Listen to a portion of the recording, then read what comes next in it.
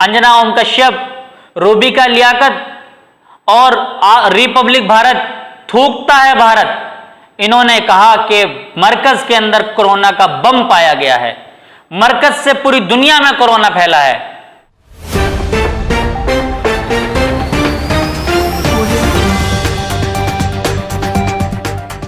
आदाब दोस्तों, मैं आपके साथ जफर सिद्दीकी, आप देख रहे हैं मेरा खास प्रोग्राम आजाद हूं, सवाल तो पूछूंगा। सवाल किससे? सवाल उनसे जो केंद्र में बैठी सरकार है, जो राज्य में बैठी सरकार है, जो कोरोना फैलाने वाली सरकार है। अब आप तमाम लोग ये सोच रहे होंगे मैंने ऐसा क्यों कहा। मैंने इसलिए कहा कि इस कोरोना बीमारी के फैलाने में जिम्मेदार केंद्र और राज्य की सरकार है। वो ऐसे कि जब पूरे देश के अंदर लॉकडाउन लगा, तमाम मजदूर प्लान करके अपने घर चले गए। बड़ी मुश्किलों के बाद जब ये कोरोना का कुछ केसेस कम हुए तो फिर सोशल डिस्टेंसिंग की धज्जियां किसने उड़ाई? तमाम लोगों ने देखा है। बिहार के चुनाव हो, बंगाल के चुनाव हो, ये तमाम चुनाव के अंदर रैलियां हुई और उसके बाद जो कोविड-19 का दोबारा ये दूसरा स्टेज जो शुरू हुआ है और अब जो लोगों की मौतें हो रही है, आप अंदाजा नहीं लगा सकते हैं कि इतनी ज्यादा लोगों की मौतें कैसे हो रही है। उसका जिम्मेदार कौन है?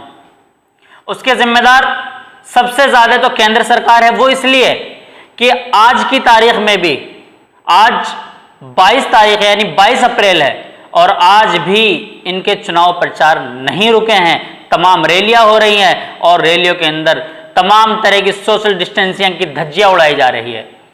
इनसे कौन सवाल पूछेगा? अगर सवाल पूछो तो यूएपीए जैसी धाराएं लगाकर ये हमारे ऊपर मुकदमा दर्ज कर देते हैं। लेकिन हाँ, सवाल तो पूछा जाएगा, सवाल तो पूछा जाएगा। ये मेरे संविधान ने मुझे हक दिया है कि मैं आपसे सवाल पूछूं, आपकी आंख में आंख डालकर बात करने का काम मैं करूंगा और आपको जवाब देना होगा। जब बीच में लॉकडाउन के बाद आपको काफी लंबा समय मिला कि आप उस वक्त बेड तैयार कर सकते थे, उस वक्त आप हॉस्पिटल्स तैयार कर सकते थे, उस वक्त मैं आपको ऑक्सीजन के सारे सिस्टम को प्रॉपर तरीके से करना चाहिए था, क्योंकि आपको यह मालूम था कि कोरोना यानी कोविड-19 जैसी खतरनाक बीमारी अभी हमारे देश से खत्म नहीं हुई है। लेकिन आपने क्या बनाया? देश के अंदर एक नया संसद बनाया जो कई हजार करोड़ रुपए जिसमें लगे। उसके बाद बीजेपी के कार्यालय 3000 करोड़ रुपए उसमें लगे। क्या जरूरत पड़ी थी कोरोना काल में बीजेपी की कार्यालय बनाने की? कोई सवाल पूछेगा आपसे? मैं आपसे सवाल पूछता हूं, देश की जनता आपसे सवाल पूछ रही है। जवाब दीजिए आप इस बात का कि आज अगर आपने इंतजामात किए होते तो आज देश के अंदर यह हालत ना होती, देश में इतनी बुरी तरीके से लोगों की मौत ना हो रही होती। गुजरात के अंदर इतनी बुरी हालत है कि वहां पर 11 घंटे का शमशान घाट में वेटिंग लाइन लगी हुई है कि लोग अपने मुर्दे को जलाने के लिए वेटिंग में लगना पड़ रहा है लोगों को। हाय अफसोस मेरे देश पर। यह मेरा वो भारत मुल्क है। कहां ले आया आप इस देश को? सवाल तो पूछा जाएगा कि 11-11 घंटे लोगों को मरने के बाद लाइन में लगना पड़ रहा है। आपने, वाह मोदी जी, आपने पहले नोटबंदी के लिए लाइन में लगाया, अब मरने के बाद भी लाइन में लगा रहे। वाह मोदी जी, उम्मीद नहीं थी आपसे ये। हमने ये सोचा था कि केंद्र में बहुत लंबे समय तक कांग्रेस सरकार रही, शायद बीजेपी सरकार कुछ बेहतर कर पाएगी, लेकिन उम्मीद से ज्यादा आपने लोगों का खून बहाया है, मैं ये कह सकता हूं। उसकी एक बड़ी वजह क्या है?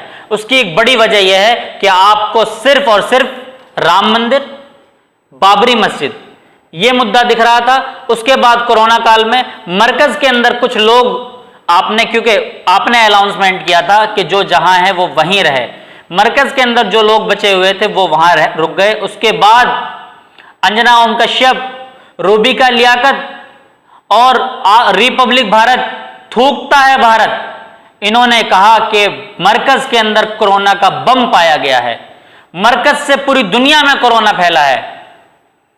पूरी दुनिया के अंदर मरकज को बदनाम करने वालों, आज आपकी चुप्पी क्यों है? आज आप मुंह क्यों नहीं खोल रहे हैं? इन्हीं सरकार द्वारा कुंभ का मेला लगाया गया है, वहां पर देखिए आप क्या हालात है। कई लाख लोग वहां पर इकट्ठे हुए हैं, कोई सोशल डिस्टेंसिंग नहीं, कोई वहां पर मास्क नहीं लगाया जा रहा है। कौन देगा जवाब इसका? राज्य सरकार को जवाब देना होगा और केंद्र सरकार को भी जवाब देना होगा। इसलिए मैंने कहा था कि कोरोना का जिम्मेदार भारतीय सरकार है, यानी कि केंद्र की सरकार, यानी बीजेपी भाजपा सरकार है। मैं आपको साफ लफ्जों में कहता हूं, 4 महीने से ज्यादा देश की सड़कों पर किसान बैठा हुआ है। अफसोस सद अफसोस, आज बहुत तकलीफ है, बहुत दुख है।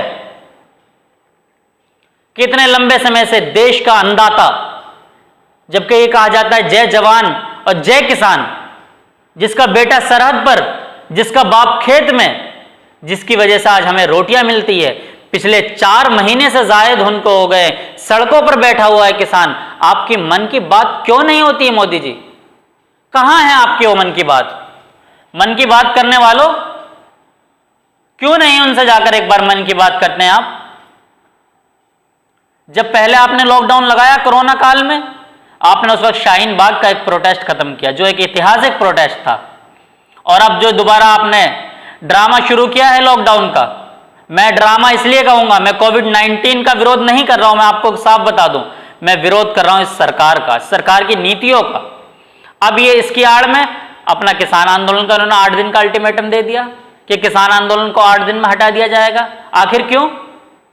मतलब आप आंदोलन को खत्म कर सकते हैं, आपके विधायक वहां पर जाके एक नारा दे सकते हैं, दिल्ली पुलिस तुम लठ बजाओ, हम तुम्हारे साथ हैं। मतलब आप सांप्रदायिक माहौल को खराब कर सकते हैं, लेकिन आप उन किसानों से जाकर बात नहीं कर सकते हैं। वाह मोदी जी, कमाल है आपके करामात के। लेकिन मोदी जी, जवाब कौन देगा? आज बड़ी तादाद में लोगों की मौत हो रही है, देश के अंदर ऑक्सीजन नहीं मिल पा रहा है। तमाम हॉस्पिटल्स ऑक्सीजन के लिए अपना हाथ फैलाए खड़े हैं, चाहे वो दिल्ली की सरकार हो। दिल्ली की सरकार ने बार बार चिट्ठी लिखकर यह कहा है कि हमारे हिस्से की जो ऑक्सीजन है वो आप हमें प्रोवाइड कराएं। लेकिन केंद्र सरकार दूसरे देशों को वैक्सीन देने में लगी हुई है। अपना देश तो संभाल लीजिए पहले साहब। अपना देश संभलता नहीं, दूसरे का देश संभालने चल दिया आप। सवाल तो पूछा जाएगा और जवाब तो देना होगा। मोदी जी, भले ही कितनी बड़ी तादाद में आप लोगों के ऊपर मुकदमा दर्ज कर रहे हो, मुकदमे से हमें डर नहीं लगता। मैं आपको साफ बता दूं, मुकदमे से डर इसलिए नहीं लगता क्योंकि भारत का संविधान मुझे इस बात का हक देता है कि मैं सरकार की आंख में आंख डालकर उससे सवाल कर सकूं। जवाब तो आपको देना होगा। कब्रिस्तान भरा हुआ है, शमशान भरा हुआ है, हॉस्पिटल्स भरे हुए हैं, आपका मैनेजमेंट, आपका सिस्टम कहां है? कौन जवाब देगा? दिल्ली की तमाम हॉस्पिटल्स में लोगों को एम्बुलेंस नहीं मिल रही है। कल मैंने एक तस्वीर सार्वजनिक हुई, देखकर बड़ा अफसोस हुआ है कि ऑटो की छत पर एक लाश ले जाया जा रहा था।